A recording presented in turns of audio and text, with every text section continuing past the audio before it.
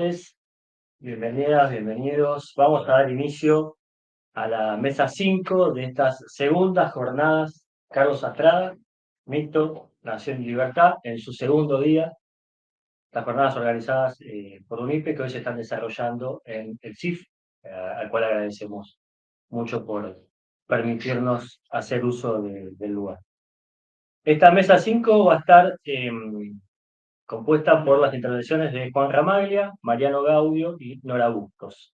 Voy a presentar brevemente a cada uno de los expositores, como se estila en esta situación. Bien. Vamos a llegar a...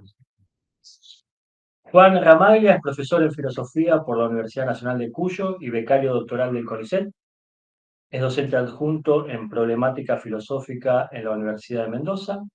Integra el grupo de investigación Filosofía Práctica e Historia de las Ideas y es miembro del Instituto de Filosofía Argentina y Americana de la Facultad de Filosofía y Letras de la Universidad Nacional de Cuyo. Bustos, como veis. Nora Bustos es profesora de filosofía por la Universidad Nacional de Mar del Plata, es doctora en Ciencias Sociales por la UBA, diplomada en Filosofía de la Liberación en la Universidad de San Isidro, es especialista en enseñanza y análisis del mundo contemporáneo, es diplomada en Educación Intercultural, Universidad de Chiapas y en la UNTREF. Es docente a cargo de la Cátedra de Pensamiento Argentino y Latinoamericano de la carrera de Filosofía de la Facultad de Humanidades en la Universidad Nacional de La Plata y del Instituto Superior de Formación Docente número 19. Sus investigaciones giran en torno a la obra de Carlos Astrada, en especial del tema El humanismo de la libertad, y en la actualidad se focaliza en la impronta que el mismo tiene en la filosofía latinoamericana contemporánea, y también es parte del CEFI. Y en tercer lugar, Mariano Lucas Gaudio es profesor y doctor en filosofía por la Universidad de Buenos Aires. Se ha desempeñado en varias universidades nacionales e institutos de formación docente. Ha participado en diversos proyectos de investigación sobre la filosofía moderna y sobre el idealismo alemán, especializándose en la filosofía de Fichte.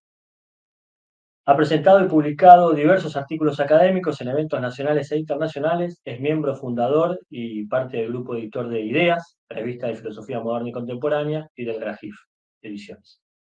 Actualmente se dedica a temas de filosofía latinoamericana.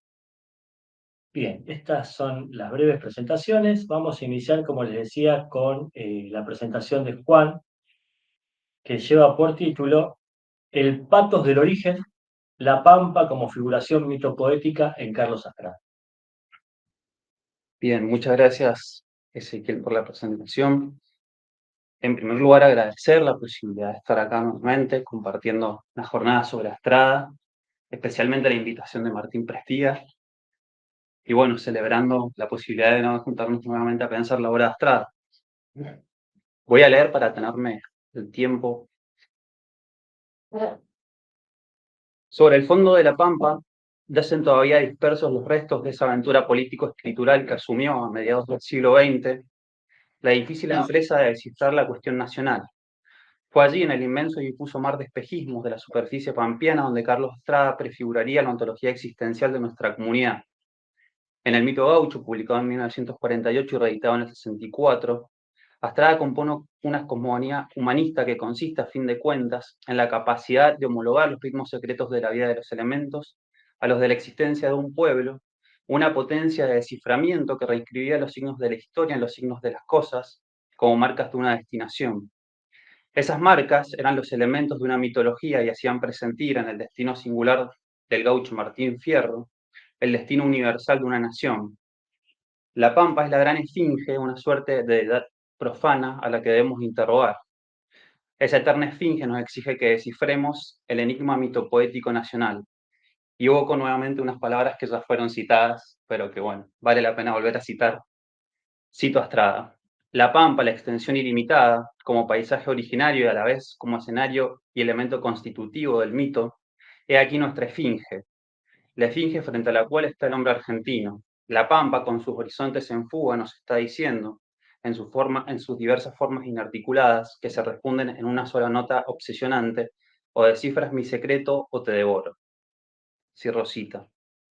Los horizontes en fuga de la Pampa arrastraban también consigo los márgenes difusos de la civilización, esa misma que la poética sarmientina había prefigurado en las páginas del Facundo como un modo de conjurar la insoportable desolación del desierto, amenazante enigma de la organización nacional, porque la barbarie aún seducía desde su fondo primitivo y de reencaminar así la letargada felicidad pública de una nación. El imaginario fundador de una lengua política propiamente argentina se prolonga en cierto modo en las páginas del mito gaucho de Astrada. El filósofo vuelve a evocar la escena originaria del mito trágico. En su esquema narrativo, la escritura de Sarmiento había recurrido a la mitología para fundar la ciudad. El héroe debía destruir al monstruo inhumano, pero el verdadero monstruo no es Facundo sino Rosas, hijo de la culta Buenos Aires. Cito a Sarmiento. Tirano sin rival hoy en la tierra, ¿por qué sus enemigos quieren disputarle el título grande que le prodigan sus cortesanos? Sí, grande y muy grande es para la gloria y vergüenza de su patria, porque se ha encontrado millones de seres degradados que se unzan a su carro para arrastrarlo por encima de cadáveres. También se dan a millares de almas generosas que, en 15 años de lid sangrienta, no han desesperado de vencer al monstruo que nos propone el enigma de la organización política de la República. Un día vendrá, al fin, que lo resuelvan, y la esfinge argentina, mitad mujer por lo cobarde, mitad tigre por lo sanguinario, morirá a sus plantas, dando a la Tebas del Plata el rango elevado que le toca entre las naciones del Nuevo Mundo. Cierro cita. Si prestamos atención a los elementos que componen el drama originario, no es difícil advertir la dimensión edípica que Sarmiento ha reservado para sí, la figura del intérprete. Es, como ha señalado Eduardo Gruner, el gran hermeneuta que se siente capaz de descifrar el enigma de la esfinge, autoengendrándose así como aquel héroe cultural que refundará la ciudad. Cierro cita. Pero no solo es el fundador de un nuevo Estado, sino sobre todo una nueva lengua política. El profeta de la Pampa, como lo había llamado Ricardo Rojas en su biografía intelectual, encarna en su escritura la figura del intérprete fundador. Sabemos, por cierto, que el desciframiento hípico conlleva una violencia fundadora. Para fundar lo nuevo hay que ser siempre un poco parricida. ¿Y no era acaso la esfinge bestial encarnada en Rosas, la tiranía paternalista que se buscaba combatir? Astrada debía enfrentarse primeramente con el núcleo polemológico que organizaba la escena ficcional del mito trágico, la posición alegórica del monstruo amenazante. Ahora la esfinge argentina es la pampa con su fatal invocación, esa naturaleza pensante o paisaje humanizado que es la geopsique pampeana, cuya conjugación enigmática viaja a nuestra vera, había sido también avisorada en el Facundo de Sarmiento, cuando describe con notas psicovitales, no exentas de elementos románticos, el desierto pampeano. Cito a Sarmiento. ¿Qué impresiones ha de dejar en el habitante de la República Argentina el simple acto de clavar los ojos en el horizonte y ver, no ver nada? Porque cuanto más hunde los ojos en aquel horizonte incierto, vaporoso, indefinido, más se le aleja, más lo fascina, lo confunde y lo suma en la contemplación y la duda. ¿Dónde termina aquel mundo que quiere en vano penetrar? No lo sabe. ¿Qué hay más allá de lo que ve? La soledad, el peligro, el salvaje, la muerte. He aquí ya la poesía. El hombre que se mueve en estas escenas se siente asaltado de temores e incertidumbres fantásticas, de sueños que le preocupan despierto. Cierro cita. En esos horizontes que se extienden sin fin por la llanura pampeana es donde se dispersa nuestra existencia errática. Es lo que Astrada llamó ananqueo destino gaucho, esa compulsión a andar, extravagar y perderse. Allí la existencia se encuentra esencialmente abandonada a las cosas. Es así como la infinitud de la pampa se extiende sobre la melancolía que conoce la dureza del destino, el destino de andar sin rumbo entre pampa y cielo, en la más profunda soledad. La mirada pareciera perderse en aquellos horizontes inciertos, en cuya superficie se prolonga silenciosamente la intimidad de una patria aún desconocida pero anhelada. Por eso, al decir del propio Estrada, cito, el vago contorno pampeano es el contorno mismo de nuestra intimidad. Cierro cita. La pampa sería ese plasma vital que configuraría el vínculo dialéctico y mítico entre tierra y humanidad, entre naturaleza e historia. El numen del paisaje reenvía el pensar a un origen oscuro, un destino enigmático de herencias primitivas que exigen someterse a la ceguera de la historia, con toda su carga de fatalidad, como si fuera una consumación de la historia del ser. un retorno a lo luminoso que amenaza con retirar el momento de libertad que el sujeto una vez arrancó al vínculo ciego con la naturaleza, eso que podríamos llamar destino. Astrada lo llamará karma pampeano, la idea de una destinación de nuestra existencia como constante actualización de una potencia operante y latente en nuestro origen. La historia se presentaba para Astrada como el rostro bifronte de Jano. Una cara vuelta al pasado nos reenvía el fondo mítico ontológico de nuestro origen, la otra cara mira hacia el porvenir, fundamentalmente expectativa vital y existencial. Rememoración y pensar prospectivo son así dos momentos cruciales. Rememoración del origen, porque el ser es la intrasencia del tiempo, que en su propio devenir se destina y se olvida, y pensar prospectivo, puesto que la estructura ontológica del acontecer es dialéctico. He parafraseado algunos fragmentos de la Revolución Existencialista. Ese olvido del ser nos remite a la inquietante presencia de un nombre que recorre subrepticiamente las páginas del mito gaucho, Martin Heidegger. El acontecimiento que significó la publicación de Ser y Tiempo en 1927 había conmovido los cimientos de la metafísica occidental desde Platón hasta la actualidad. Su pensamiento aparecía como un nuevo comienzo. El proyecto ontológico heideggeriano, con sus categorías existenciales, estar arrojado, angustia, muerte, apareció como una recuperación de una filosofía de lo concreto. La expresión es de Marcuse, cuya lectura entusiasta de Ser y Tiempo lo lleva incluso a considerar a Heidegger en un texto de 1932 titulado Ontología de Hegel, un compañero dialéctico en la lucha contra la reificación de la sociedad burguesa. La crítica heideggeriana anunciaba, cito, que la llegada del ente se funda en el destino del ser, cierro cita. Pero para esta tarea es necesario un pensar rememorante del paso hacia atrás, como vía de desocultación del ser. Pero esta memoración, ahora en palabras de Astrada, no es un mero recordar o ulterior representación de algo ya transcurrido y fenecido en la historia, sino rememoración de lo único que no ha pasado, de lo que es en el tiempo desde que el pensar es pensar del ser. La historia no es un mero acontecer y fenecer, sino un acontecer esencial de la verdad del ser como destino de la humanidad histórica. Cierro cita. Ese pensar rememorante, si pretende develar el ser, debe remontarse al comienzo de la metafísica. En sus orígenes, la filosofía se rebela contra la narración de las fábulas poéticas que contenían una sabiduría cifrada en sus imágenes. Es posible reconocer un elemento no mítico, inclusive antimítico, en la interrogación filosófica dada desde el comienzo griego. El gesto fundador de Platón había consistido en la exclusión de los poetas para que la filosofía pueda sostener una política de lo real, la expresión es de Rancière. Nos referimos a lo que para muchos constituye una escena originaria de la filosofía, la expulsión en el libro 3 de la República del actor poeta trágico. Se trata, como se ve, de un gesto sacrificial. Es el proyecto de una basileia filosófica. La memoria filosófica está marcada por la inscripción ritual de este acontecimiento ab initio. En pleno siglo XX, el filósofo Martin Heidegger vuelve a plantear la cuestión acerca de la autonomía del poeta y la posibilidad de supeditar la filosofía a la poesía. El arte puede ser una vía de desocultamiento del ser, es decir, de lo más eterno y originario. En Heidegger operaría una secreta mimetología que el filósofo Lacour ha mostrado como un movimiento mimético con los orígenes presocráticos. Recordemos, por cierto, la importancia de los presocráticos también para Astrada, vinculada a la cuestión de volver a colocarse a la altura del inicio o del origen de la historia. Pero la esencia de la historia nunca es determinable por lo historiográfico, es decir, por lo conocido y experimentado historiográficamente.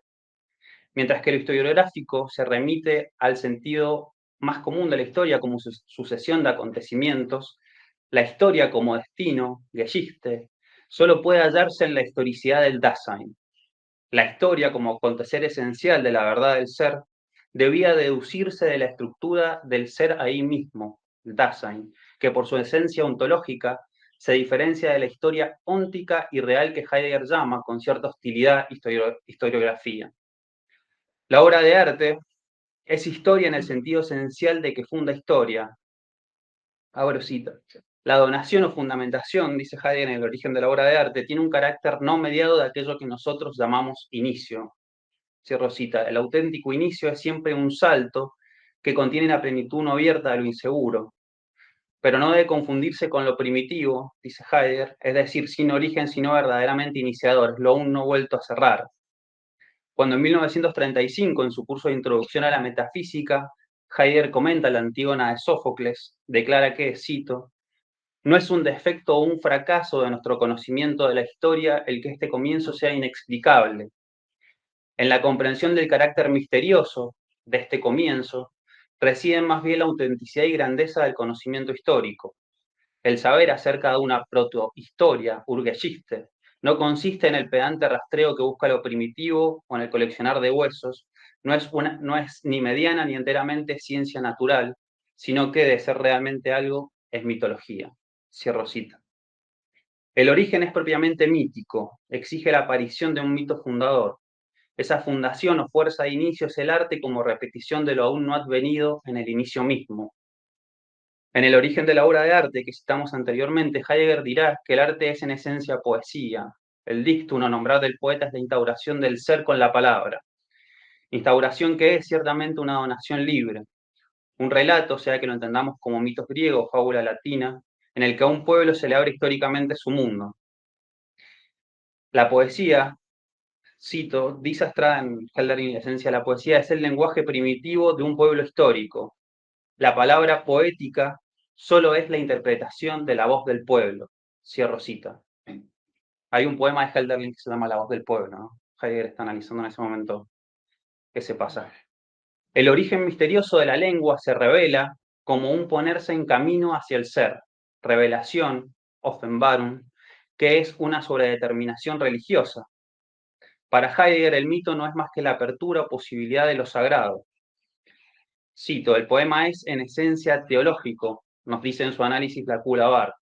Habría algo así como una suerte de seducción teológica. Recordemos, al pasar, que en 1966 es el mismo Heidegger, ¿no?, quien profiere la famosa sentencia, cito, solo un Dios puede salvarnos. El mito hacía posible una refundación poética del pueblo. Esa relación entre poesía y política en torno a la postulación de un origen mítico de lo real histórico aparece reelaborada en el mito gaucho. Posiblemente sea Estrada, como dice Horacio González, cito, lo más parecido que tenemos en Argentina para revisitar en nuestras cercanías el drama pavoroso de Heidegger, cierro cita. Fíjense que en relación a lo que charlábamos ayer, hago una digresión, hablamos del drama hegeliano, ¿no? Horacio González, me parece que aquí, que este es uno de sus últimos libros sobre el humanismo, habla, ¿no?, del drama heideggeriano, en todo caso, que hay también en Estrada. En el caso del filósofo argentino, se trata de pensar el devenir histórico existencial de un sujeto singular y colectivo, el pueblo pensado como natura naturans político, capaz de producir los contenidos cualitativamente concretos de su cultura, pero de una cultura entendida por Estrada como sustancia o etos popular, a la vez dinámica y vital, que debe darle un contenido a la forma estatal. Si el gesto platónico había consistido en el destierro de los poetas de su república, Estrada, en cambio, en un gesto no menos polémico, fundaba su política en el acto inaugural de una nominación poética.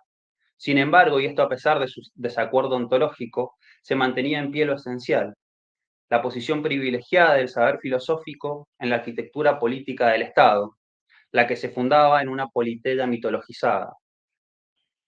Si el poeta era quien debía interpretar la voz del pueblo, el filósofo es quien está a la escucha de la voz del ser.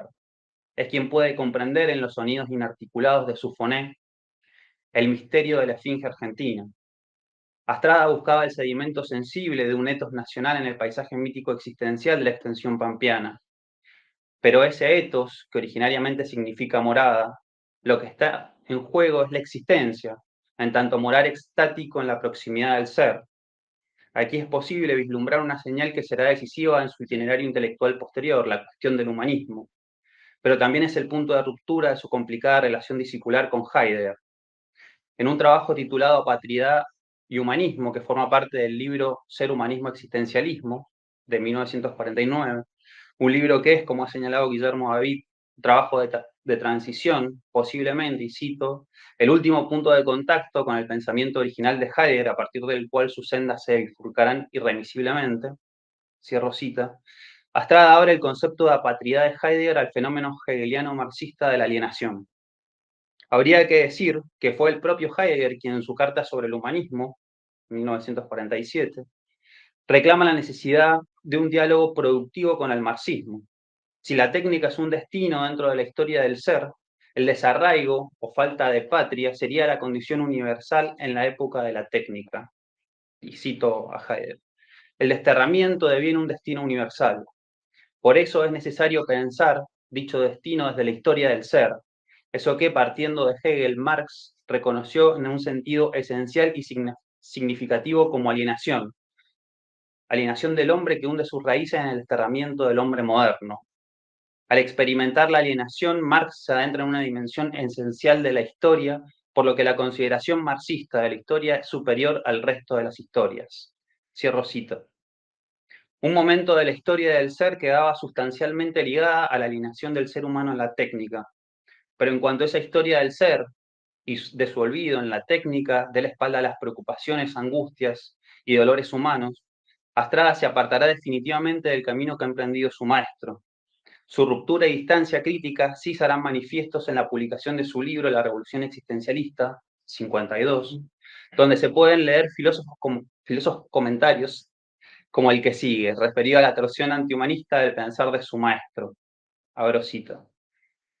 La humanitas no está aquí, como quiere Heidegger, al servicio del ser, sino que ella queda aniquilada por éste. Si el hombre ha conocido ya una especie de apatridad por enajenación en el ente, la que ha cristalizado en la metafísica, ahora Heidegger lo condena a una apatridad más radical, confinándolo en la vecindad de un ser hipostasiado, de un ersatz del sumum esse de las religiones. Cierro cita. Heidegger ha devenido un mitólogo del ser. Su filosofía se convirtió poco a poco en una mística, un giro arcaico de su pensamiento en general. Habría un abismo ontológico entre el ser y el ente, pero la diferencia ontológica es decidida a favor del concepto de ser, que arroja el pensar a la indigencia de su esencia provisoria como el fruto de un saludable ascetismo. Por eso Astrada dirá que, abro cita, es un pensar que tiene que retornar a lo arcaico, aún más, hacerse el mismo arcaizante de sus expresiones. Pero en el fondo, se trata de irradiar la dimensión propiamente existencial, de supeditar lo existencial y la otorgación de sentido por parte del Dasein a una instancia supratemporal, para anclar así, sin impedimento, en el mito del ser, es decir, en una potencia absolutamente trascendente y en última instancia en una inevitable ontización del ser. Cierro cita. La rememoración del origen se transforma en un mito retrospectivo que ha reificado, estábamos terminando, la rememoración del origen se transforma en un mito retrospectivo que ha reificado su concepto de ser una potencia extraña, intemporal. A este mito Astrada lo pone el suyo propio, un mito prospectivo sobre el porvenir de una esencia que comienza a desplegarse en el proceso histórico de humanización. Ahora cita. Todo mito viviente valida su origen en la medida en que posee prospección temporal, primero en la estructura o órbita existencial misma del hombre y luego en la vida de la humanidad histórica. A la fuente no se retorna para contemplarse en su espejo por un afán de narcisismo arcaizante, sino para estar seguro del rumbo e identificarse con el impulso de la corriente que de ella fluye. Cierro cita. Si la verdad del ser pertenece a la esencia del hombre, es decir, a su existencia, la historia del ser ya no da la espalda a la historicidad del ser. El numen de lo mítico se expresa por una parte lo fundante por su arraigo en el origen, pero por otro lado las fuerzas telúricas de la pampa, con su destino de rancia, nos abren al devenir histórico existencial de un sujeto político que debe asumir su condición comunitaria en la potencia sensible de su génesis mítica. El mito gaucho de Carlos Astrada se extiende sobre el incierto subsuelo pampeano y en su destino inconstante recuerda, no sin cierta ironía, la fábula errante que hemos acogido con el nombre de traición.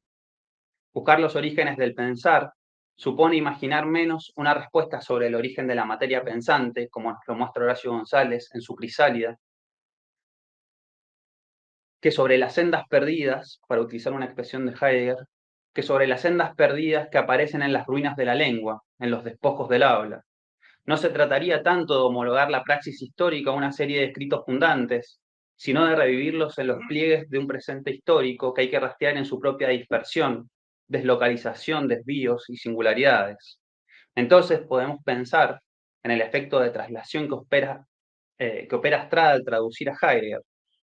Podríamos decir quizá una errancia. Quedan adheridos ciertos restos. Quizá podría decirse restos pampeanos, solo por evocar el título homónimo de un libro de Horacio González.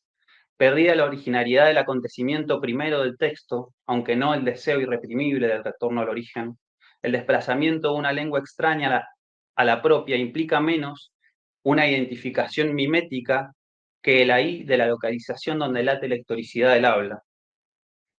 En el mito gaucho de Carlos Estrada, el mito gaucho de Carlos Estrada nos enfrenta a desentrañar el enigma de la esfinge argentina, pero su desciframiento implicaría, paradojalmente, su propia destrucción y, por ende, su irresolución. Su enigma pensamos que no sería un secreto oculto a descifrar, así como tampoco la interpretación de un sentido. El enigma persiste en su inscripción fugaz y esquiva en el juego imposible de decir la verdad. Lo indecible es el numen de lo enigmático, que en sus modos históricos de aparición, como sustracción originaria de lo uno, conducen, como dice Adorno en la actualidad de la filosofía, cito, a la paradoja de que en las figuras enigmáticas de lo existente y sus asombrosos entrelazamientos no les sean dadas más que fugaces indicaciones que se fuman. Cierro cita. Lo mítico no es principalmente lo mitológico, sino que es la propia existencia y su figurabilidad.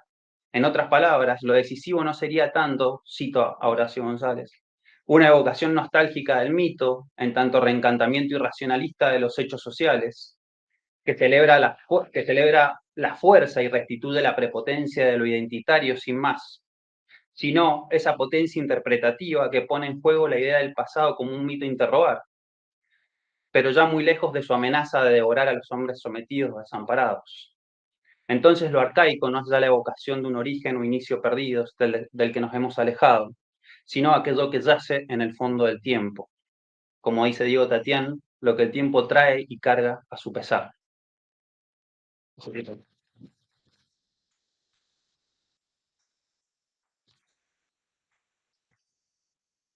Muchas gracias, Juan. Vamos a pasar ahora a la ponencia de Mariano, que lleva por título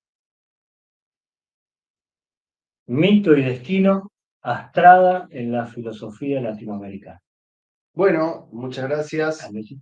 No, no, me sumo a los agradecimientos y a las felicitaciones por estas segundas jornadas. Es un gran honor estar acá y me pone muy contento.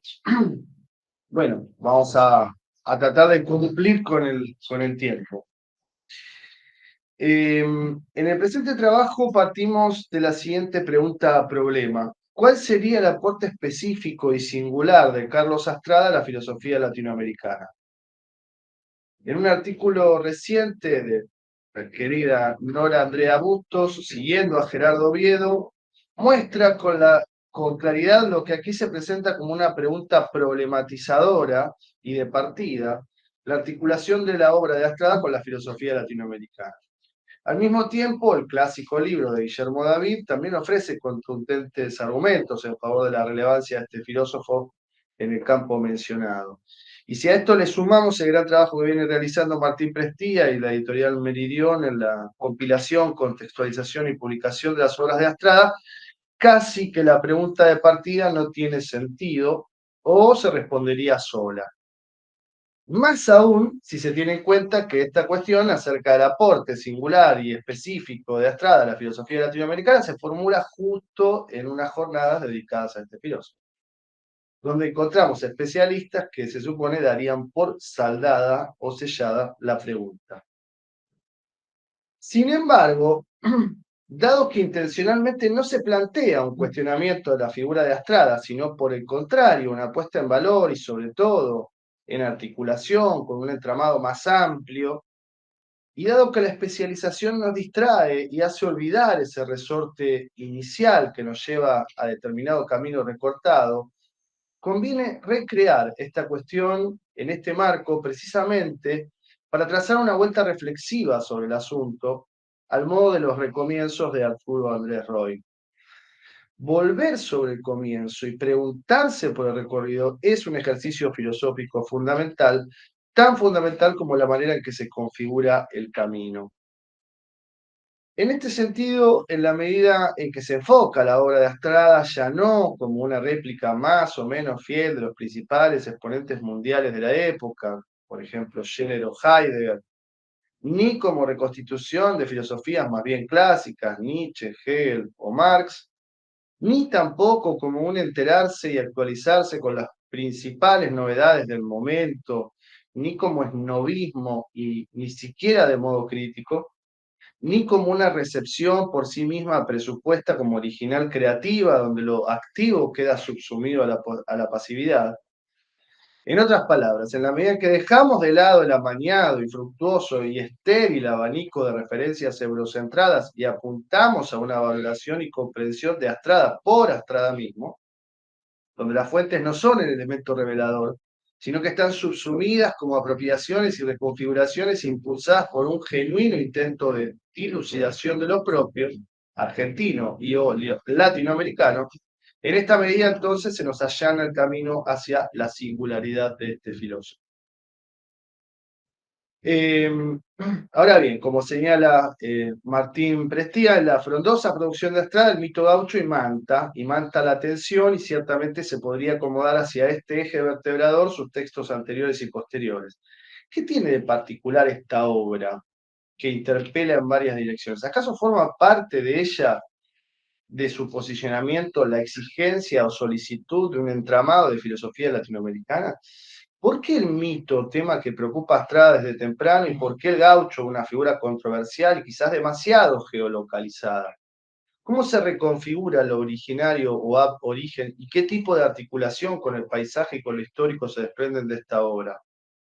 Quizás algunos de estos interrogantes puedan parecer más endógenos o más exógenos, precisamente porque el desafío consiste en pensar la filosofía de Estrada en el marco de la filosofía latinoamericana.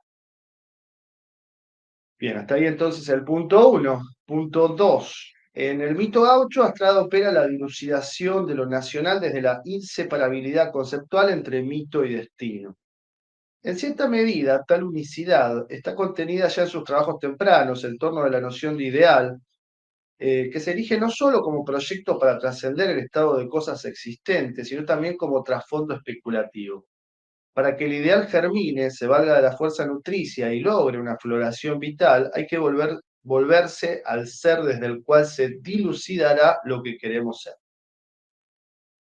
La centralidad del ideal se puede rastrear en muchos escritos tempranos, pero centrémonos en el mito gaucho, que comienza así. Para un pueblo, toda posibilidad de grandeza surge de un gran comienzo, de un impulso inicial, de atención de un esfuerzo heroico, como punto de arranque de la parábola de un destino. Una promoción humana ejemplar infundió un día, aliento de eternidad a una creación colectiva, volcó en el molde del tiempo un programa de vida. Astrada prosigue el pasaje con los conceptos de patria, nación, la primera como imagen viviente de esa creación colectiva y la segunda como advocación de un destino o misión a realizar. Ahora bien, el mito simboliza el comienzo absoluto como un cruce entre lo espiritual y lo temporal, una encarnación o expresión concreta de una aspiración que trasciende ese momento específico y abre un más allá de lo histórico. En otro pasaje, y con motivo de analizar lo nacional, afirma que en los comentarios habituales lo nacional carece de sentido histórico y que el sentido histórico, cito acá, es la aptitud para traer a pulsación, resumidas, las fases de un decurso pasado para determinar las mutaciones del presente y su nexo, auténtico o no, con tales fases, en relación con el futuro a construir. Fin de la cita.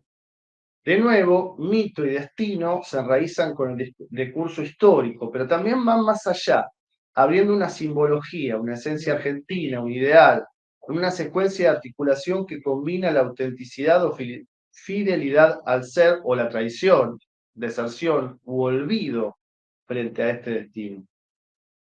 No vamos a entrar aquí en las peripecias argumentativas, ni en las diferencias entre la primera y la segunda edición del mito gaucho. Simplemente cabe señalar que Astrada entroniza al gaucho como símbolo y que este gesto hacia el mestizaje no está exento de la pregunta por lo originario, indígena, aborigen o primitivo. En la introducción de 1964 afirma que tal imputación, junto con la de los negros, proviene de sus críticos que buscan impugnar así la figura del gaucho.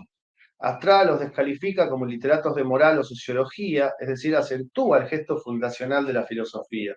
Y agrega, unos se han decidido por el gaucho folclórico, en desmedro del gaucho de carne y hueso, otros por el negro del candombe y algunos por el indio de la resistencia a la conquista del desierto. Creen que estos tres tipos étnicos son vasos incomunicantes. Fin de la cita.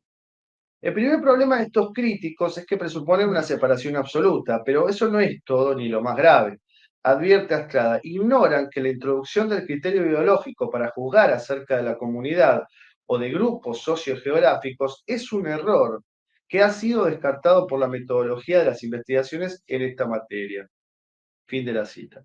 Hasta acá combate con armas ajenas, ¿no? Sus críticos carecen de base científica para sus afirmaciones.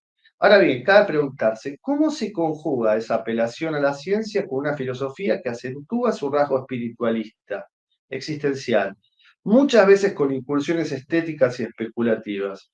¿Esta crítica sería apropiada para un metafísico que busca legitimar los conceptos de mito y destino con un lugar primordial y fundacional, y no para la ciencia, sino para la filosofía?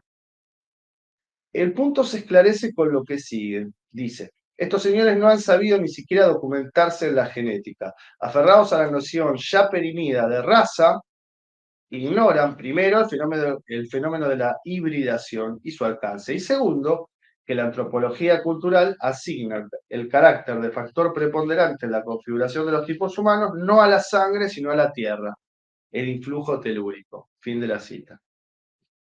La argumentación de Astrada parece situarse en el mismo registro de la validación de la ciencia, la apología del mestizaje y de fulminación de sus críticos, pero en verdad va mucho más allá. El gesto fundacional se inscribe en la propia legitimación de la filosofía existencial de Astrada. El problema de fondo radica en el racismo con el cual la generación anterior, deudora del positivismo y de una oligarquía acomodaticia y oportunista, creyó encontrar ilusoriamente un justificativo científico para una posición insostenible desde el punto de vista científico y auténticamente filosófico. Del racismo no se vuelve con facilidad. Por tanto, Astrada traza un barrido absoluto con lo anterior y encarna el gesto fundacional de la filosofía contemporánea. Hay que decir que alguien también se sustrajo a los cantos de sirenas del positivismo.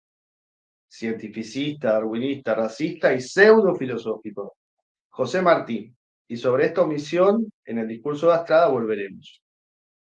Con la crítica al racismo se comprende más profundamente el salir cortando gauchesco del joven filósofo en su embestida contra el cientificismo y contra, creo que es el primer texto, ¿no? Aquel hombre que escribía su autobiografía al mismo tiempo que nos hablaba de la mediocridad. José Ingenieros encarnó una ideología, aunque anacrónica, más o menos coherente, la de un positivismo primerizo y primarizante, obstinado y en retardo, y en especial anticlerical de la filosofía. Lapidario, ¿no? Pues hizo tabú de la metafísica. No solo se trata de una crítica que denota el fuera de tiempo y lugar, sino también de un aferrarse a la verdad científica y antifilosófica. Contra todo esto y contra sus derivas menores e incluso los representantes más literarios de la oligarquía, barre el joven Astrada en un gesto de corte jacobino y de recomienzo. El desafío, similar al que transita Saúl Taborda en la década del 30, reside en cómo conciliar ese barrido fundacional con algún tipo de genealogía reivindicatoria. En cuanto al indio, Astrada no reniega de su inclusión dentro del mestizaje de la hibridación, pese a que no problematiza ni el cómo ni el qué de la mezcla, la presuntamente mágica solución del crisol de razas. La mezcla, prosigue, no solo afecta a los aborígenes amerindios en épocas anteriores a la conquista, sino también después, y el proceso de aculturación o transculturación se condice, según Astrada, con el violento exterminio que produjo la conquista. Dice, al pasado no se lo puede modificar y solo tratar de comprenderlo, sin que esto suponga de ningún modo justificarlo.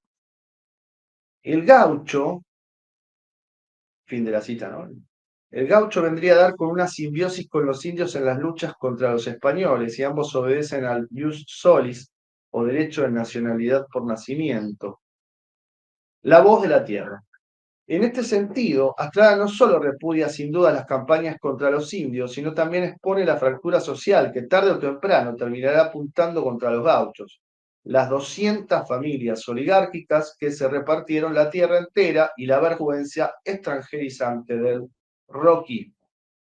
El gaucho, cuyo origen de hibridación se remonta a 1580 y el desmembramiento de la embarcación de Garay, no pudo evitar la destrucción del indio y significó en su momento la revitalización desde abajo, luego traicionada y olvidada.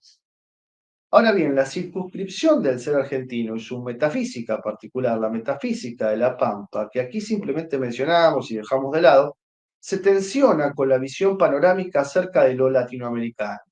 Y no es que a Astrada no le interese, sino que quizás confíe demasiado en el poder envolvente del mestizaje. Y tensiona en la medida en que lo gaucho, así como el presunto exterminio o minimización de las culturas originarias, parece muy difícil de transpolar a otras instancias. Lo que funciona argumentativamente en La Pampa no funciona en Latinoamérica. Entonces, ¿es un problema de la ontología? ¿Es un problema del sentido histórico? Ante todo, cabe subrayar, a un riesgo de redundancia, que Astrada suscribe plenamente el posicionamiento de la filosofía latinoamericana. En la segunda edición del Mito Gaucho, tras criticar la europeización y el olvido del mito y tras insistir en el drama existencial de la Pampa, alude al subsuelo amerindio, al testimonio de las melancólicas ruinas de las culturas aborígenes soterradas, las que nos hacen llegar su aliento aún no extinguido en mensaje tácito siempre sugestivo. Fin de la cita. Esto quiere decir que ese milenario pasado americano, pese a que se intentó mantener en silencio, siguió y sigue vivo y se condensó la fuerza telúrica y se nos pone delante como futuro. En este sentido, el pasaje se carga de dioses, nos llena con un numen que habla desde el silencio o silenciamiento. La palabra poética, el verbo hecho carne, viene a revitalizar ese espíritu rúnico que atraviesa y conecta lo gaucho con el indígena, la pampa con el altiplano. En ese sustrato vital de Amerindia, en el contacto con la tierra, se nutre la cultura latinoamericana y ese sustrato nacional sobre el cual descansa y se nutre la filosofía y a partir del cual accede a la universalidad, tiene claramente una dimensión latinoamericana. Luego, si la hibridación puede extenderse lo suficiente para acrisolar lo gaucho y lo originario, la pregunta sería cómo funciona lo simbólico en su desenvolvimiento histórico. Precisamente en el mismo texto en que Astrada suscribe la unidad filosófica latinoamericana, recupera para el enraizamiento nacional la figura de Alberdi.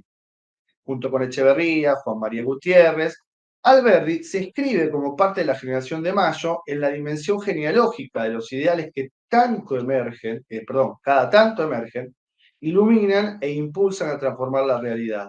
Esta ramificación podría extenderse hasta la cultura de los pueblos originarios, donde el barniz de la superestructura de la aculturación, dice, va siendo absorbido lenta pero inexorablemente por el estrato originario de las culturas autóctonas amerindias, que insurgen cada vez con más fuerza, fin de la cita, y podría llegar a las filosofías tomistas y escotistas coloniales y a las ideas independentistas, pasando por San Martín y entablando con la deserción oligárquica y Lugones.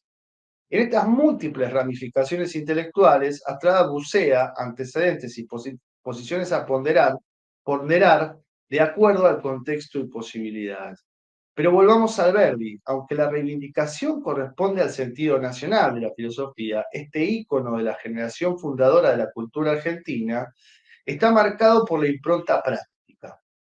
En efecto, Astrada intenta explicar y justificar el carácter transformador del pensamiento de Alberdi sin enfatizar su rechazo de la abstracción y por ende de la metafísica, y más aún sin cuestionar el abismo infranqueable entre metafísica y práctica. Ciertamente, en una suerte de búsqueda genealógica, se toman solamente algunos aspectos y otros se dejan de lado. Y entonces la selección de aspectos se puede justificar y comprender según el contexto. Pero al mismo tiempo llama la atención que un filósofo como Astrada, que corta de cuajo con los normalizadores, no solo por dudar de sus condiciones académicas y por el conocimiento de primera mano de la filosofía más reciente, sino también por el paso en falso que significó el seguimiento ciego del positivismo y del racismo, no haya reparado justo en aquello que a nuestro entender el mismo Astrada viene a colocar en primer plano, la necesidad y exigencia de que la filosofía latinoamericana se anime a lo especulativo. En este sentido, también cabe preguntarse por qué aceptar que la inminencia práctica sea escindible de su implicancia metafísica. Más allá de todo esto, la reconexión con la instancia fundacional, el paisaje cargado de divinidades, la beta existencial del ser humano y la conjugación entre mito y destino como articulación entre lo ideal y lo carnal, nos traen una Astrada muy metafísico y profundamente enraizado con la filosofía latinoamericana. Bueno, punto 3, algunas reflexiones finales sobre el problema de partida. La tensión entre el gaucho y el indio se traslada ahora a la tensión entre la filosofía argentina y la filosofía latinoamericana. Veamos dos observaciones y algunos entramados posibles, solamente un bosquejo para comenzar. Las observaciones provienen del epistolario, ¿no? Por un lado, el lamento de Astrada en una carta a Horacio Núñez West en 1970, por el escaso eco logrado, dice, por el mito gaucho, junto con la negación de la existencia de una comunidad nacional. Y un legado aún más profundo, dice, nuestra pasión universalista ha propendido sin duda a insuflarnos un cosmopolitismo que ha olvidado los intereses culturales vernáculos.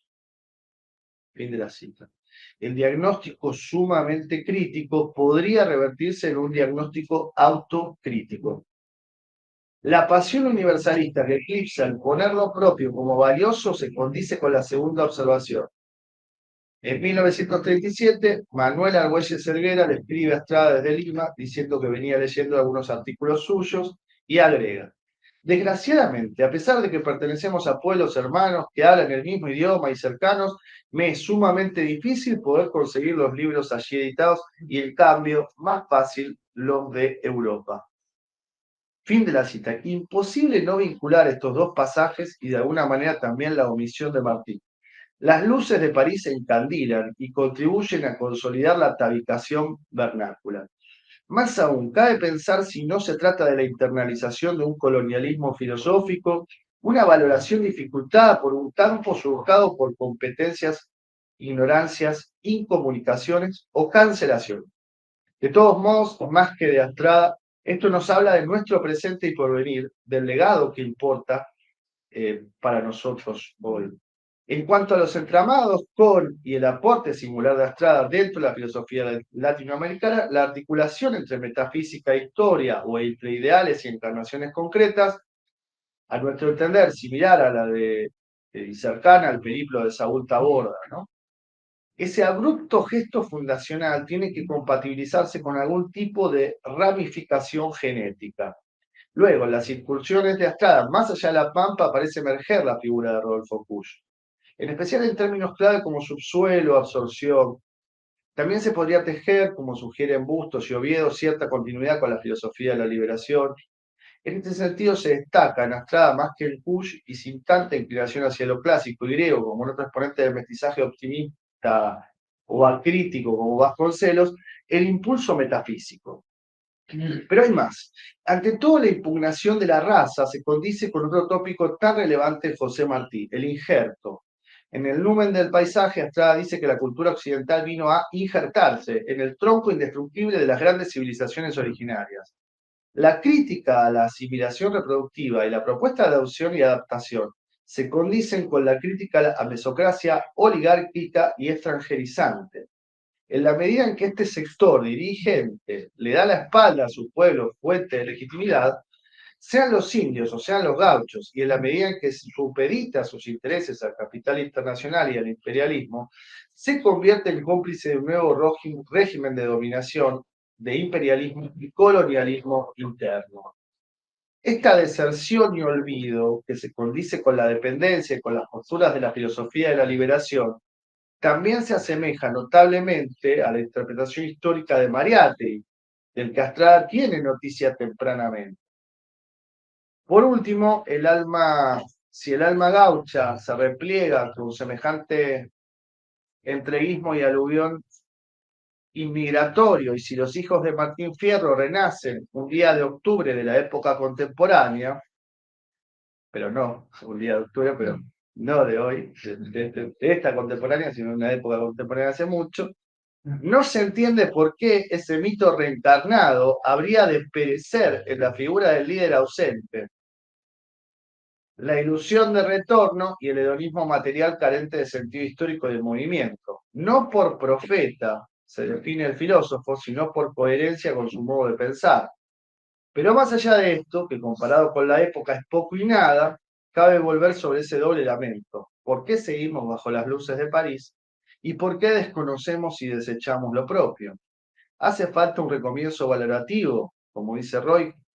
En este sendero se yergue el número astradiano para la filosofía latinoamericana, el sublime Rumipal, esto es la invitación a una metafísica encarnada con mito y destino.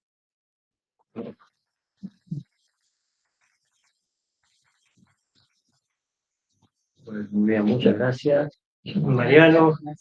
Vamos ahora a la presentación de Nora Bustos, que lleva por título, ya que se fue. Decías el título. No sé, me parece que lo cambié. Algo así como el peronismo como filosofía del amor para el 17 de octubre.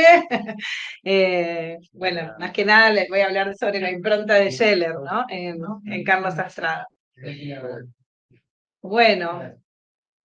Bueno, Max Scheler es uno de los principales maestros de Astrada, ¿no? Cuando Astrada viaja a Alemania, viaja con toda la ilusión de estudiar bajo la maestría de Max Scheler, lo conoce, tiene una relación corta pero intensa, y Max Scheler de alguna manera marca varios momentos de la vida de Astrada.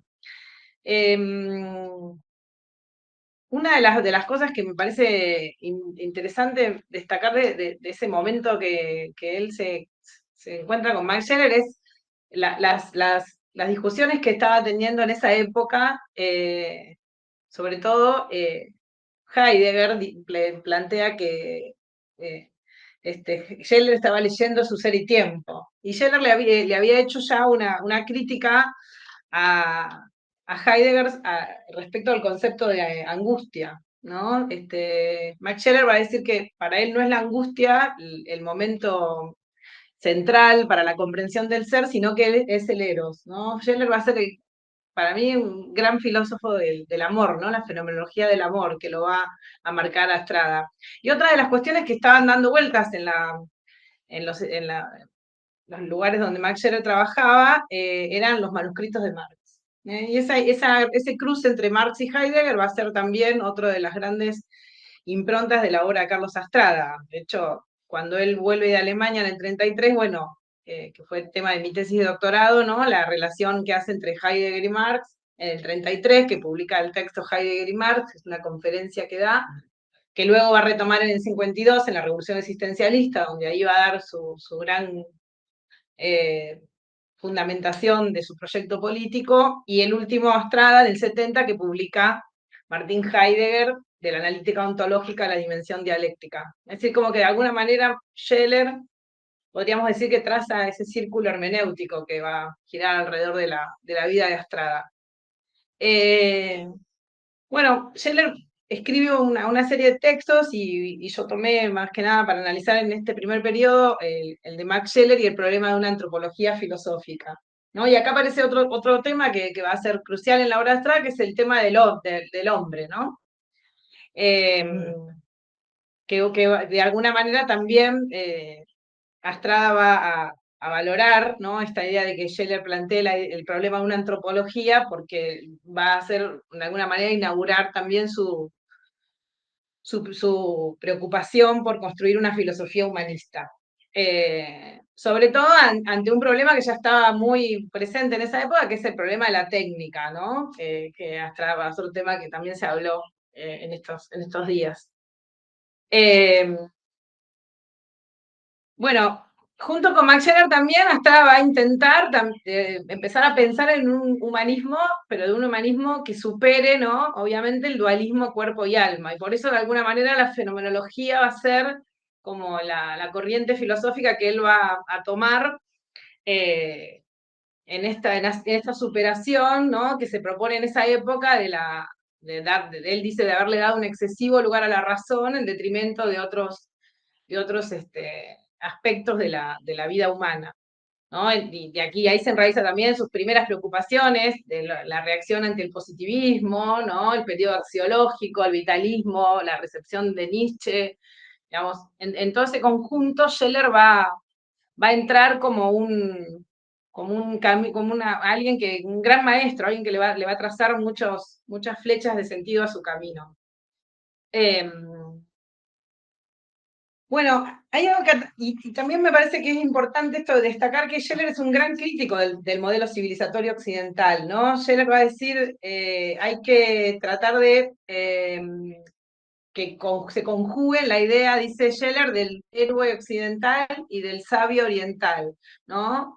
Es decir, Scheler planteaba ya en esa época la necesidad de que se aunen las distintas culturas del mundo. Empieza a pensar un proyecto de multiculturalidad, donde decía, bueno, hay que igualar todas las culturas del mundo para poder pensar un hombre que supere, ¿no?, el dualismo metafísico, que obviamente va llevando a que la técnica termine, ¿no?, generando una tragedia en la cultura, ¿no? Con palabras de Simmel, que también aparece traducido para Estrada en el año 23, ¿no? Las primeras traducciones.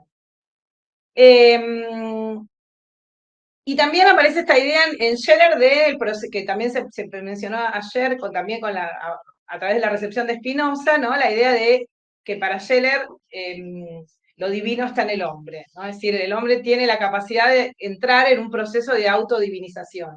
Y este proceso de autodivinización implica también una relación de solidaridad con el hombre con respecto a los demás y con respecto a la naturaleza, ¿no? Y ahí también había esta relación entre metafísica y ética que se mencionó ayer a través de la lectura que hace de Spinoza. Estrada va a escribir a esta crítica que le hace Scheler al concepto de angustia, y después se va como a retractar, porque en realidad Estrada dice que todavía no había vislumbrado bien el alcance total del concepto de cuidado. Y acá otra cosa que quería sumar a lo que se habló ayer también de respecto a las traducciones, que Estrada es un gran traductor de Heidegger. Estrada ya habla en el año 28 de cuidado, por ejemplo, para traducir el concepto de Sorge, o deja sin traducir el concepto de Dasein. Habla de preocupación solícita o de solicitud para hablar del Dasein en su relación con los demás, cosa que después, o sea, en contraposición con la traducción de Gauss, que va a ser en los 50, y que cuando salga la traducción de Rivera, de Ser y Tiempo, en el 97, va a ser como, ¿no?, un antes y un después, un parteaguas en todos los estudios sobre Heidegger en América Latina. Es interesante destacar que ya Estrada en el 28 traduce, o sea, Rivera se hace re famoso por decir cuidado y no cura, como decía Gauss, ¿no? O preocupación solícita, y sin embargo, Estrada ya en ese momento nos había dado una explicación de Heidegger bastante más certera que la que va a dar Gauss en los 50.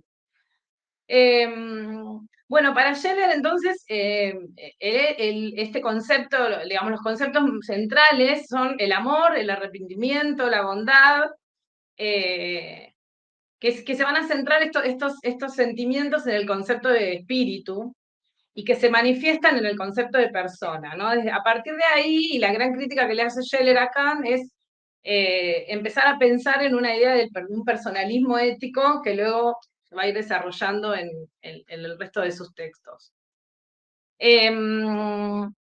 Porque y la potencia que tiene, ¿no?, esta idea de Scheler, porque Scheler dice que es el amor lo que mueve al hombre a modificar el mundo, a transformar el mundo y no la angustia. Él plantea que la angustia no puede ser un estado anímico que tienda hacia la transformación, porque el amor tiene mucho más poder de resistencia que la angustia, ¿no? Y el amor hacia el mundo y el amor hacia los demás es lo que hace que nosotros podamos modelar, dice, o transformar nuestra vida.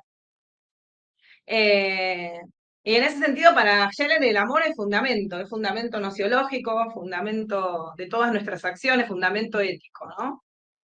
Y es más, a partir de cuando uno dice se deja llevar por el amor de alguna manera o está atravesado por ese amor, es el amor, así como para Heidegger el Dasein estaba iluminado, para Scheller el amor es lo que hace que nosotros nos sintamos más aclarados, lo que aclara nuestra concepción del mundo. Bueno, Scheller va a seguir en varios de los textos de Astrada. Esos textos tempranos de los años 30 después van a ser recogidos en una parte del juego metafísico en el 42. En el 38 publica La ética formal y los valores, donde aparece también la resistencia, la comparación entre la ética de Kant y la ética de Scheller. Ya hay una lectura más profunda a partir de Heidegger, ¿no? Ya está más influenciado por Heidegger. Pero va a resaltar algunas cuestiones también ahí Astrada sobre la crítica de Scheller a Kant. Dice, la pura ética del deber implica una ceguera axiológica frente a la riqueza del cosmos humano. Han sido excluidos los resortes del entusiasmo y la esperanza, es decir, los incentivos del hacer moral, ¿no? Bueno, y va a seguir como insistiendo en esto, ¿no? De que la ética de Kant es una ética que no responde a la vida, o sea, que no se puede como verse plasmada contraria a la vida, digamos, un poco en el lenguaje nietzscheano, ¿no? Y va a surgir otro concepto que después va a desarrollar Astrada en la Revolución Existencialista, que es el concepto de hombre plenario, ¿no? El hombre plenario de Scheller, que en realidad implicaba este hombre que rescata lo mejor de todas las culturas. Y en el 48, cuando publica un texto que para mí es uno de los textos que más me gusta de Astrada, que es del hombre de la ratio al hombre de la historicidad, ese hombre plenario que él toma de Max Scheller se va a pasar a ser el hombre nuevo. Es decir, su concepto de hombre nuevo, que aparece a partir del 48 y en varias de sus obras, viene de ese concepto de hombre plenario. Bueno, también tenemos que recordar que en el 48 aparece también publicada el famoso discurso que ayer estuvimos charlando de sociología de la guerra y filosofía de la paz, donde también aparece Scheller como, sobre todo en su texto La idea de paz y el pacifismo, ¿no? Como uno de los grandes teóricos de la fundamentación que Astrada va a utilizar para la tercera posición, ¿no? Y ahí dice Astrada, ¿dónde lo tengo? Acá. Dice, la idea de paz, no está dicho que esto me parece importante que dice Astrada, dice, no está dicho que el héroe militar sea el más alto modelo para el hombre. Hay otras formas de heroísmo, otras vidas heroicas que se imponen a este y solicitan su admiración, y hasta su amor con suprema ejemplaridad. Por ejemplo, tenemos así como señala Max Scheller al genio del corazón, el de la bondad o el hombre esencial y ejemplarmente bueno, que es una acabada expresión de heroísmo humano. ¿No? Acá en el 48, en casi todos los textos de Astrada, desliza, de alguna manera, por ahí no explícitamente, pero desliza, ¿no? Que digamos, la persona o el ejemplo, que aparece la idea del ejemplo como un resorte mucho más fuerte que cualquier tipo de formalismo, ¿no? La figura de Perón, ¿no? Y en el mito gaucho, si bien hay una alusión muy, muy, muy rápida sobre Scheller, incluso criticándolo un poco, porque la concepción de espíritu que toma en el mito gaucho está mucho más asociada a la concepción hegeliana de comunidad. Sin embargo, sigue insistiendo en lo importante de apelar a la pasión y a los sentimientos de la juventud, ¿no? En ese momento. Dice, tenemos que descubrir las posibilidades estéticas del paisaje argentino, la ruta ingente de los mares del sur, redescubrir con pasión de argentinidad la propia tierra. Es un repertorio emocional y de acción para una obra de juventudes poseídas de fervor constructivo. Bien, bueno, y en el año 50 vuelve a aparecer un texto sobre Scheller que se llama Los modelos personales y la hipostasis del valor. En el año 50 va a haber como donde Astrada desarrolla más todavía su personalismo ético, ya también haciendo una crítica a Scheller sobre la absolutividad de los valores, que va a decir que no es posible, hay una crítica bien desde lo heideggeriano. Pero va a ser un año clave para volver a pensar esto de los ejemplos y el concepto de héroe que aparece también a partir del mito gaucho, ¿no? Porque el año 50 es un año donde, bueno, está Astrada, no voy a decir filósofo de Estado porque me va a criticar Omar Hacha, pero, pero sí está muy pegado, de alguna manera, acompañando a Perón, pero también está la figura de San Martín, ¿no? El año 50 es claro, es el año sanmartiniano, donde Perón pone mucho énfasis en destacar al héroe máximo. Y entonces ahí Astrada va a ser también una apropiación de una parte de Ser y Tiempo que fue muy controvertida, que es la parte donde Heidegger habla de que el Dasein elige sus propios héroes, ¿no? Y donde Heidegger da un pasito más hacia pensar, a pesar de que él reniega de que su Ser y Tiempo sea una antropología o una filosofía política, sí, ahí aparece la idea de la comunidad, la idea del compromiso con la comunidad, ¿no? Que Astrada va a tomar fuertemente, ¿no? En este contexto cito, dice, abre el camino a una ética personalista el hecho innegable del influjo que ejercen los ejemplares personales en las distintas esferas de la convivencia humana y el reclamo de personalidades dirigentes, en lo político y en lo cultural como contrapeso y correlato necesarios del predominio de las masas en el área social, ¿no? Es decir, las personalidades dirigentes para Astrada, entonces, van a tener un rol crucial en la comunidad, porque son modelos que son prospectivos, son modelos ejemplares que tienen una potencia, o sea, que amplían, como diríamos Spinoza, la potencia de actuar del pueblo. Creo que estoy complicada con el tiempo, ¿no? Bueno, en el año, digo, salté al año 50, pero para hablar un poquito de Perón, vuelvo al 49, ¿no? Ya como dijeron varios compañeros, el 49 es el momento donde Perón pronuncia la comunidad organizada, y en Perón, el discurso peronista, el amor, y en el proyecto peronista, el amor también va a ser central, ¿no? Para la construcción del discurso, ¿no? Peronista. Y el modelo y el proyecto. Digo, hay como una apelación todo el tiempo al amor a la patria, el amor al líder y el amor del pueblo hacia ese líder, ¿no?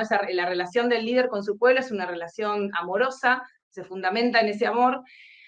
Y bueno, y Perón en la comunidad organizada rescata algunas cuestiones que podemos cruzar, por ejemplo, coincide con Astrada, en que hablábamos también en algún momento, en la cuestión de la crisis, cómo aparece el concepto de crisis, del periodo de posguerra, y cómo la Argentina aparece como digamos, un lugar de esperanza, de amor, de entusiasmo.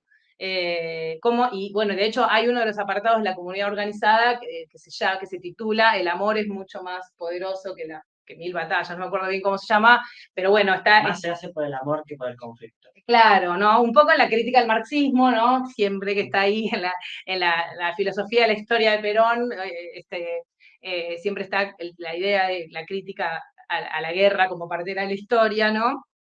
Y también el amor es fundamento para la comunidad, ¿no? Dice Perón, difundir la virtud inherente a la justicia y alcanzar el placer, no sobre el disfrute privado del bienestar, sino por la difusión de ese disfrute, abriendo sus posibilidades a sectores cada vez mayores de la humanidad. He aquí el camino, ¿no? Y acá aparece ya en la comunidad organizada esta idea, no solamente la comunidad organizada es la nación argentina, sino esta idea prospectiva de que de exportar el peronismo, ¿no? Un 17 de octubre.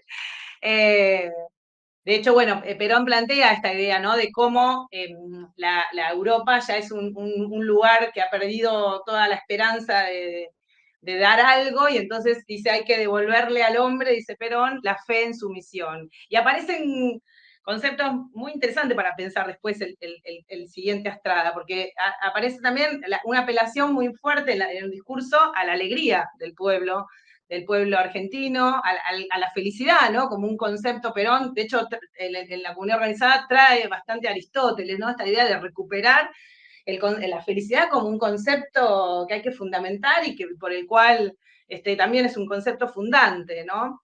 Y bueno, y por último decíamos esto como también el amor como fundamento de la tercera posición. Finalmente, Astrada, ya termino. Te dejan 5 minutos. Bueno, por favor. Sabemos casi todos que no sabemos bien cómo, pero se va alejando del peronismo. Pero sin embargo, no está en las cartas, en ningún momento, ninguna carta dice nada. Y las escondió Reina. Que las escondió Reina. Sin embargo, en los textos posteriores, sobre todo a partir del 54 en adelante, sigue apelando a los estados anímicos. Ya por ahí no va a ser tanto el amor, sino va a ser la alegría, el concepto, la acicate de los pueblos latinoamericanos, y retoma otra vez la crítica al concepto de angustia que le había hecho Scheller en el 28. Es decir, quizás no a través de la fenomenología del amor de Max Scherer, pero sí va a volver, incluso también acorde con lo que dice Perón en la comunidad organizada, de que el concepto de angustia, que se la queden los europeos. O sea, la angustia que se la queden ellos, que digamos, donde cayeron todos sus grandes relatos, fracasaron, pero nosotros tenemos la alegría del pueblo latinoamericano y por eso es que tenemos que seguir apostando por proyectos de liberación de nuestros pueblos. Nada.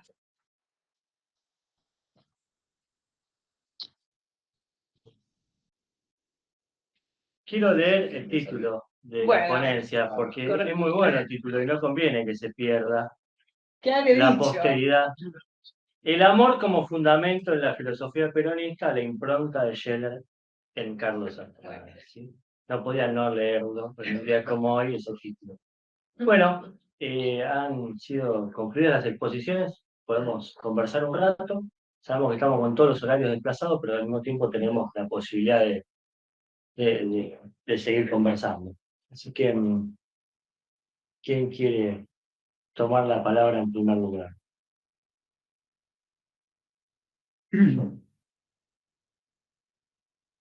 Martín. Yo le quería hacer bueno, gracias de vuelta a todos los expositores. Le quería hacer una consulta a Mariano en relación a la mención y al lugar que le diste a Martí en tu trabajo. Y sobre todo, si podrías precisar cómo ves si hay una relación o no entre el modo en que Martí piensa o no piensa la hibridez, ¿no? Que fue un tema que trabajaste mucho en la ponencia, y el modo en que lo plantea Astrada. Digo, si ves hay un diálogo, si ves una diferencia más o menos sustancial, sobre todo porque pienso en Nuestra América, y por lo menos como me gusta leer a mí Nuestra América, cuando habla del fracaso, digamos, de las repúblicas excluyentes y demás, Martí sostiene algo así como que, bueno, el negro estaba en el monte y estaba adorando a sus dioses, se iba, el negro creado, el campesino que enojaba, aludía contra la ciudad, etcétera, ¿no? Y hay como un diagnóstico de fragmentación, ¿no? De falta de mensaje, digamos. Sí. Y por ahí algo de Nuestra América tiene algo que hacer con eso, ¿no? Con esa pluralidad no articulada, con esa pluralidad producida por las repúblicas excluyentes, ese no mestizaje, ese no pueblo, etc. Digo, ¿ves que Astrada en un punto dialoga con algo de eso o plantea una cuestión justamente en esto que como mencionabas, ¿no?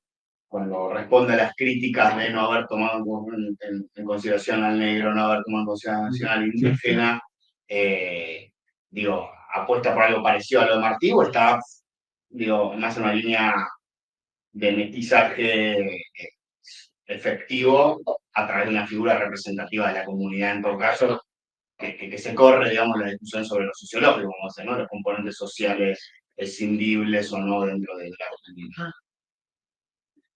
Bueno, buenísima la pregunta. El mestizaje es claramente un problema. A mí me llama la atención que Astrada siga usando sin titubeo la idea del crisol de raza. Me parece raro que ya pasadas unas cuantas décadas, y sobre todo raro en comparación con la crítica a la oligarquía, reparto, y esa lectura de la historia en general que es sumamente interesante.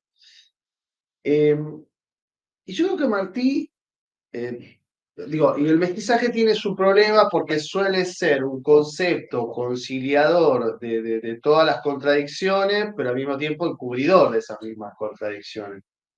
Entonces a veces se usa como solución que no es solución. Eh, y generalmente lo interesante del mestizaje es cuando se lo bisagra entre si somos más mezcla que, pero al mismo tiempo eso no excluye las tensiones, ¿no? En el caso de Martí, cree el aldeano vanidoso que el mundo termina en su aldea.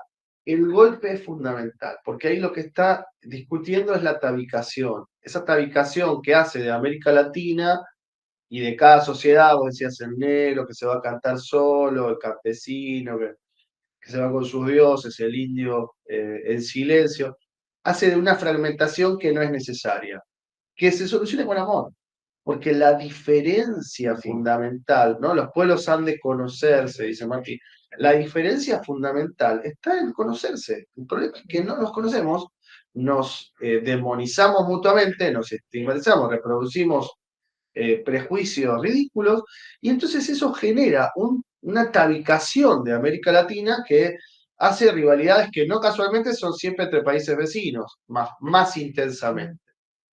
Entonces lo de Martí es, saquemos la trinchera y vayamos a discutir las ideas y conozcámonos.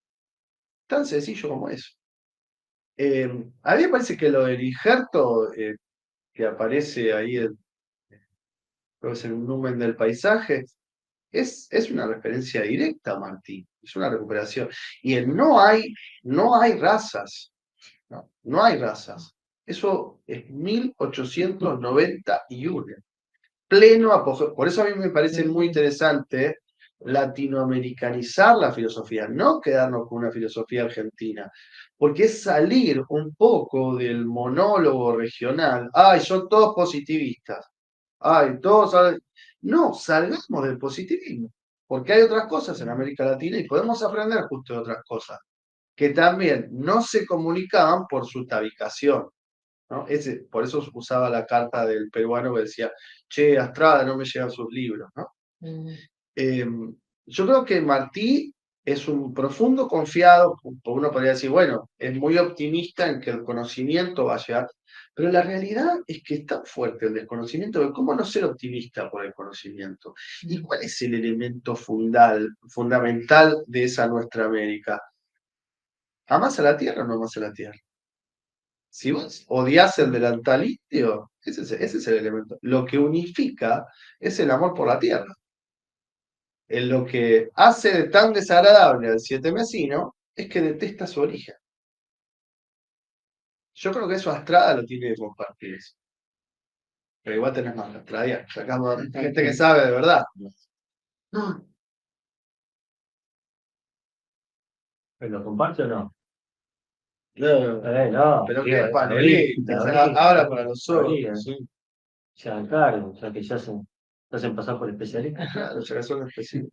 A mí me parece que igual el Astrada del 48 todavía no terminó de pensar completamente en la Argentina. Después sí, pero en el 48 todavía no. Incluso me parece que lo está, para hacer otro trabajo medio parecido, leyendo, por ejemplo, en La razón de mi vida, en Eva. El trabajo de Eva es amor. O sea, se fundamenta intuitivamente. Ella le dice, bueno, primero la viuda, primero el extranjero, primero los huérfanos. Es decir, hay una praxis del amor que creo que después, que deja como una fundamentación muy potente para lo que viene después, pero la fundamentación me parece que llega un poco después, por lo menos en Astrado, donde ya después en los 60 empieza a ampliar su horizonte. Pero en el 48 está muy complicado el tema. Para mí es un tema, incluso es complicado el tema en el peronismo, ¿no? Con los pueblos originarios, es el tema más álgido, ¿viste? Para pensar en esos proyectos. Porque hay como, decís, hay un pensamiento, la apelación a esto, un pensamiento propio, una filosofía del amor, hay en Eva esa praxis con el otro, con ese otro, pero todavía hay como falta una vuelta de tuerca. Yo en Astrada lo veo en los 60, en la segunda edición del Mito Gaucho, no en la primera. En la primera, y que me parece que está re mal influenciado por Homero Guglielmini, que es el que fundamenta la campaña del desierto. Esa parte es una parte que es tremenda. Sí, ahí para mí la figura de Homero Guglielmini, que no solamente aparece en la Sociología de la Guerra y Filosofía de la Paz, también publica él en la Tribuna de la Revolución, en Argentina en Marcha, esos textos que se nombraron ayer, en ese grupo, y ahí me parece que está complicado todavía. Que para mí después Eva lo hace, de hecho, en su praxis y en La razón de mi vida lo fundamenta desde su corazón. Es más, ella arranca diciendo, este libro viene desde el amor. O sea, yo no soy muy leída, dice Eva, pero digo lo que hago lo que hago desde el amor.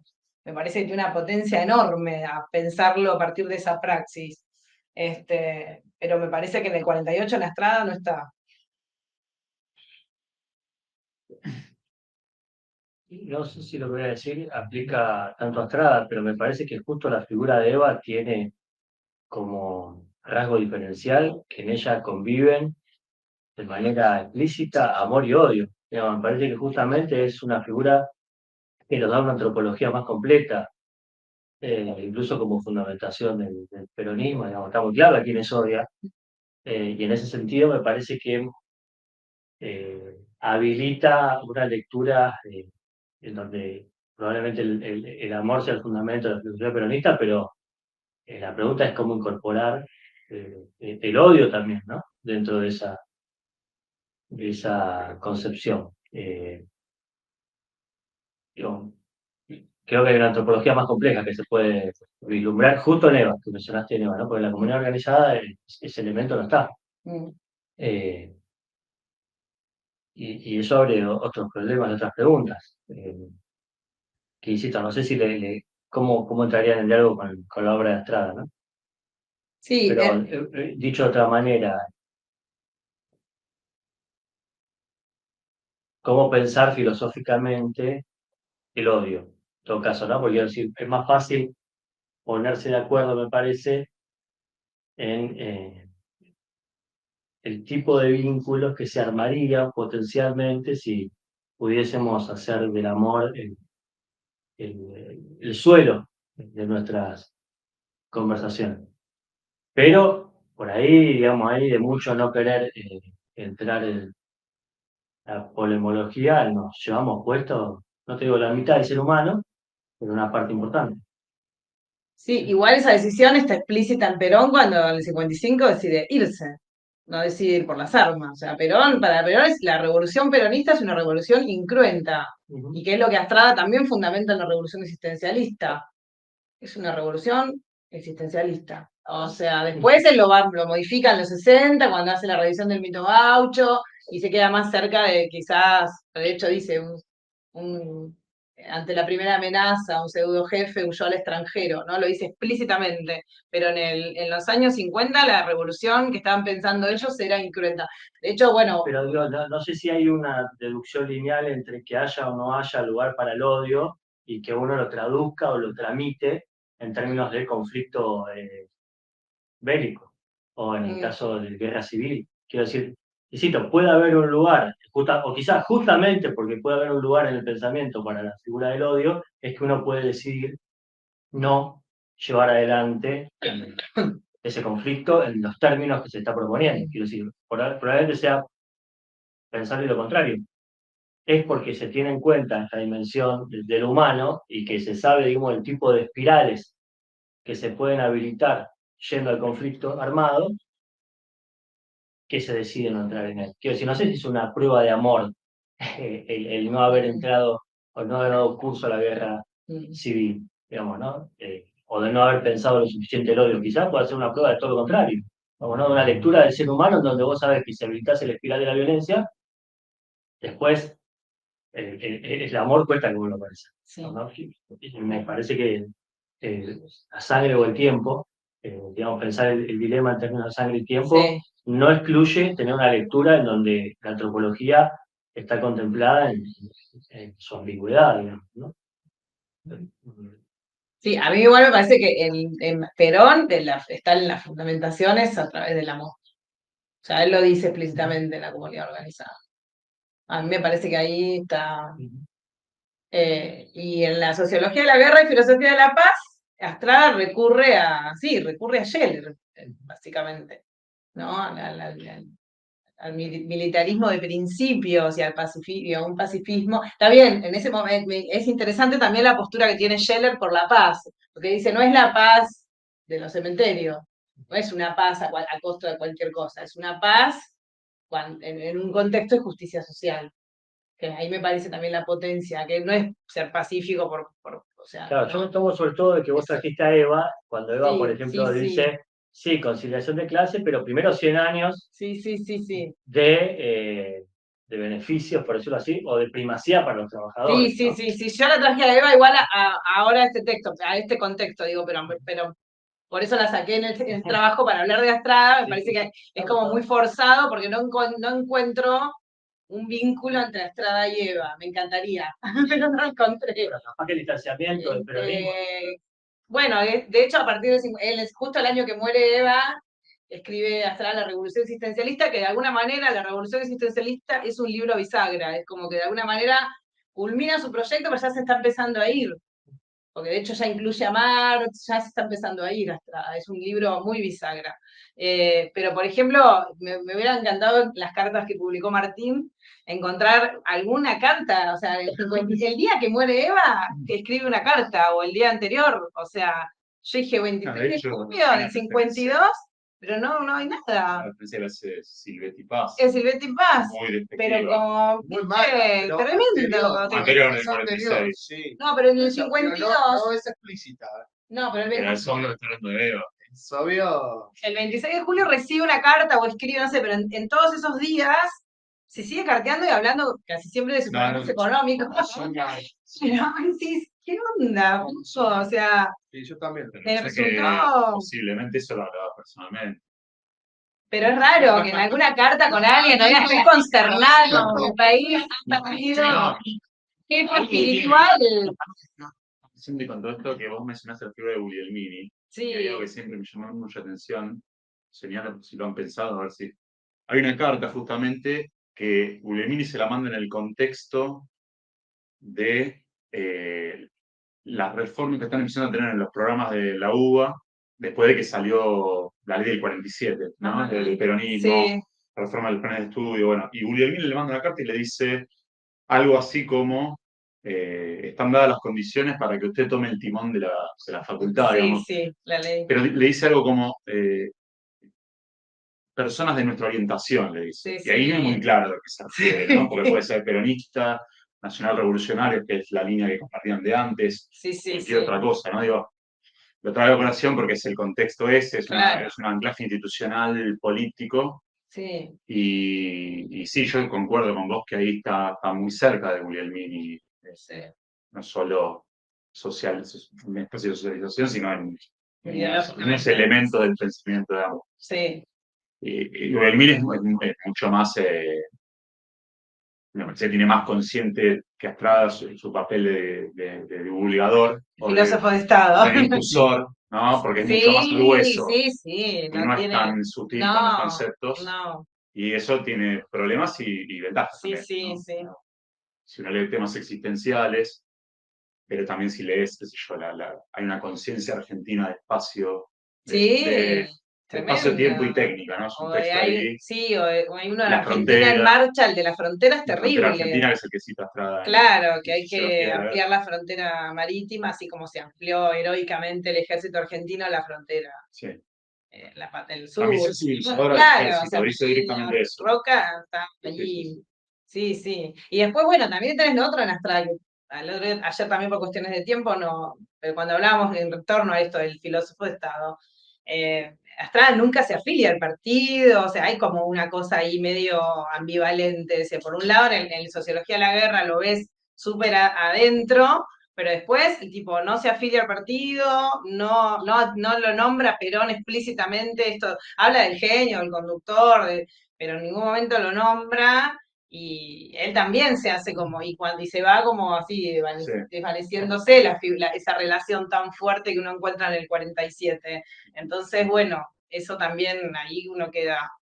Y de hecho, bueno, también lo busqué un poco en Jaureche, a ver si estaba, bueno, Jaureche se llevaba mal con Eva también, es decir, porque uno cuando lee La razón de mi vida, decís, ¿de dónde sacó esta mina estas cosas? Porque hay cosas que están realmente espectacular, pero no hay yo por lo menos yo no encontré, no pude rastrear cuál es la fuente intelectual de Eva, pues tiene que haber alguna, o la mina era una genia espectacular, aparte de principio la se praxis sabe hacia la... En principio se sabe que no lo escribió ella, para empezar, que hubo una versión que circuló y que se la bajaron, que la modificaron y quedó como quedó.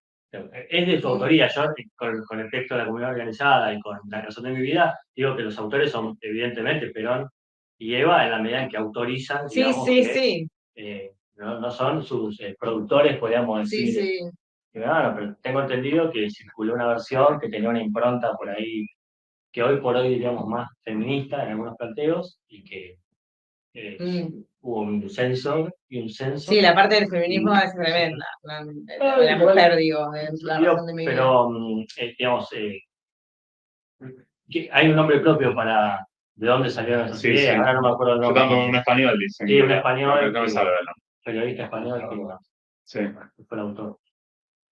Todo el tema de las autorías, tiene que haber un Sí. congreso que sea de las Perón y las autorías, peronismo y autorías, digamos.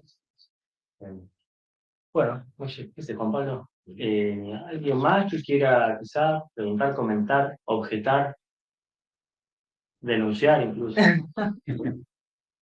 A todo respeto. Bueno, si no, vamos por concluida esta mesa número 5. En breve vamos a tener la mesa número 6 con Natalia Bugelo y Martín Forciniti.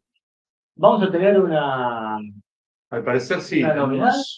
Es probable que tengamos una sorpresa, y que si decimos cuál es va a dejar de ser tal. Claro. Así que habilitamos un horizonte de expectativa al respecto.